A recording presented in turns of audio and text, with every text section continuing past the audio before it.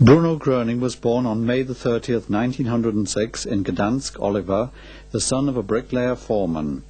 Even as a child, he was able to influence people and animals in a calming and healing way. Upon finishing elementary school, he began a commercial apprenticeship which lasted 2.5 years. However, his father wished him to become a carpenter.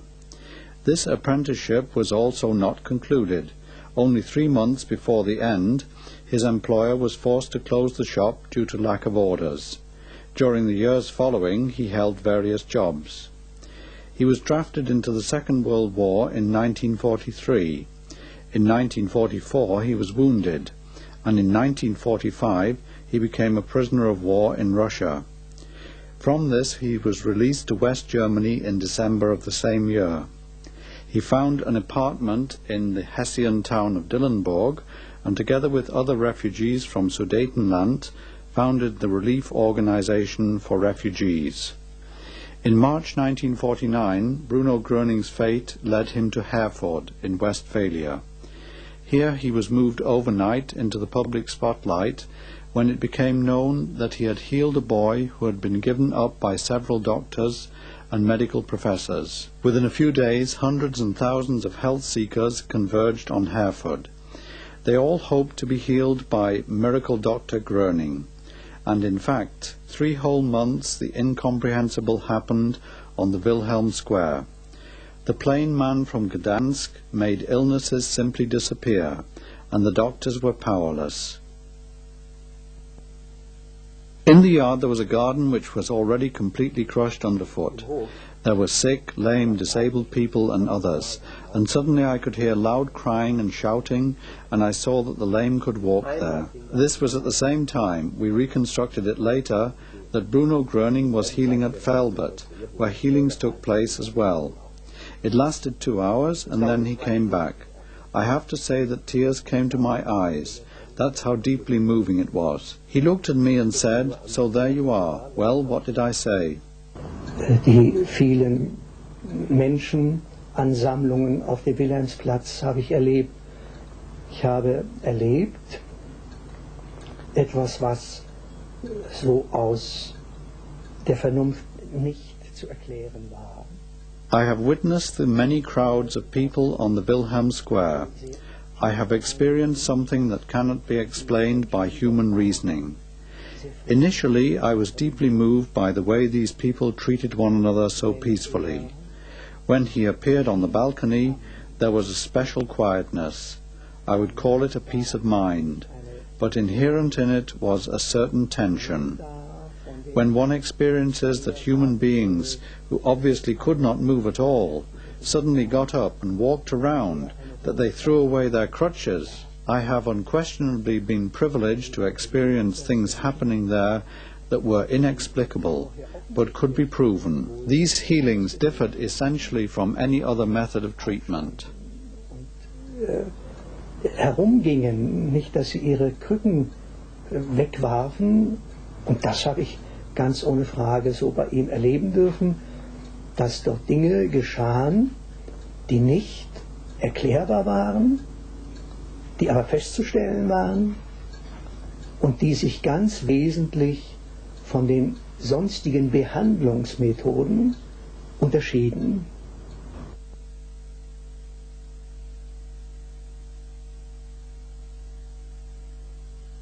Due to pressure from the medical profession, the authorities intervened and forbade Bruno Gröning to continue his healing efforts. He had to leave the town of Herford. In June 1949, the magazine Review engaged the physician and psychologist Professor H.G. Fischer from Marburg to make Bruno Gröning an offer to have his method of healing academically examined in an effort to make it possible to practice his healing once again. Bruno Gröning accepted the offer, and at the end of July, a meeting took place in Heidelberg between him and the local university clinic to undertake an academic investigation into the phenomenon Gröning. The results were amazing for the scientist. Under their critical eyes, astonishing healings took place. In September of 1949, everyone was talking about the Traberhof in Rosenheim. Thousands and thousands of human beings came there. They regarded Bruno Gröning as their last chance of being healed.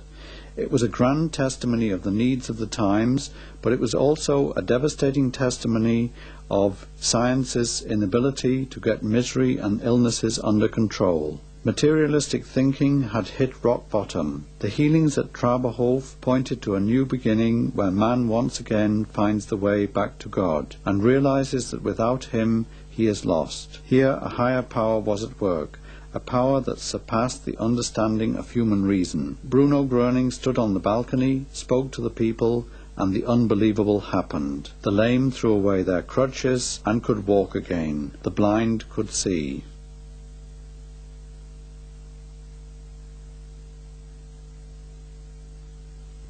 Und dann hörte ich als erstes, war wohl als erstes eine Frau.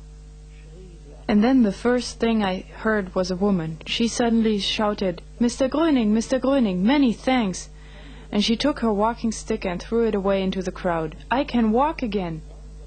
And next to me there stood a man. I don't really know, but it seemed he wanted to go away. But suddenly he jumped over this paddock, using one hand only. I figured he was about 50 years old. And he jumped over the paddock. I said to him, Well, you are in the wrong place here. What are you doing here? He laughed, came back, took his wallet out and said, Look at this. It was a Friday when I was there, if I'm not mistaken. So he said, I was here last Sunday. At that time I was still a 100% disabled war veteran with 2 crutches. And then he showed me his identity card, which proved that he was 100% war disabled. And he said, And since then I can walk.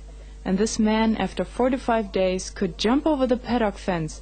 It had to be 1 meter high so that the horses don't jump over it. He just jumped over it with only one hand on the fence. Und wissen Sie, wie ich denn da ankam und aufstieg? Also da habe ich gedacht, also sowas gibt's nicht. Warum? Also da waren Menschen. When I arrived there and got out, I thought, well, these things don't happen. There were masses of people outside of this Traberhof. Yes, thousands of people, I would say, in wheelchairs, lame people, children who were crying with abscesses. It was emotionally very stressful for me. Yes, a sea of misery. And these poor people, they all crowded around the large glass panels of the Traberhof where we were. It was a large hall with window glass all around. I finally got in, but with a lot of pushing and shoving. At the front was a large stage. Before it were the people in wheelchairs. The lame and the blind were sitting on chairs. I sat in one of the rows. I don't think Mr. Gröning arranged that, but his helpers arranged it so that he could walk through the rows wherever he wanted to go. He wanted to achieve mass healing. Before this, there had been some individual healings. I saw with my own eyes that these people, I'm sure there were 3 at least, got out of their wheelchairs and walked. I saw this. Und Schritte machen konnten. Das habe ich gesehen.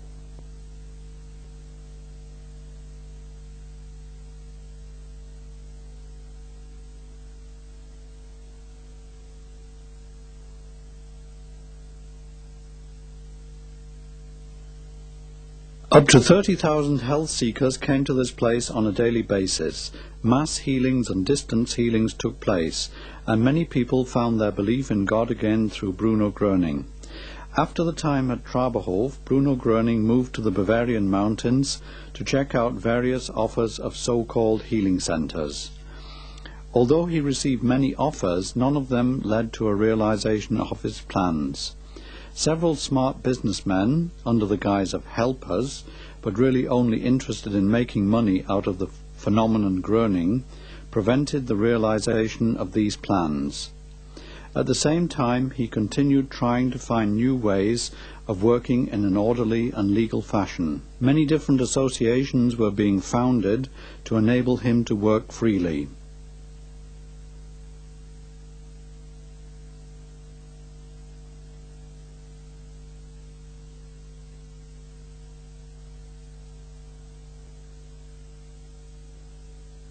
Ja, also das Herausragende war eben, dass da ein Mann reingetragen wurde, der nicht laufen konnte, wurde hinten in den Saal gelegt. The amazing thing was that a man was carried in who could not walk.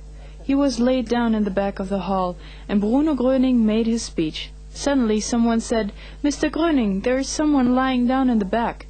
He didn't particularly react. He said only in passing, "I don't forget anybody," and continued with his lecture. After Bruno Gröning had finished, the man in the back got up suddenly. He went over to the bar and ordered a schnapps. Yes, it was so unbelievable that a man who was unable to walk and had to be carried in was able to get up and walk away a few hours later.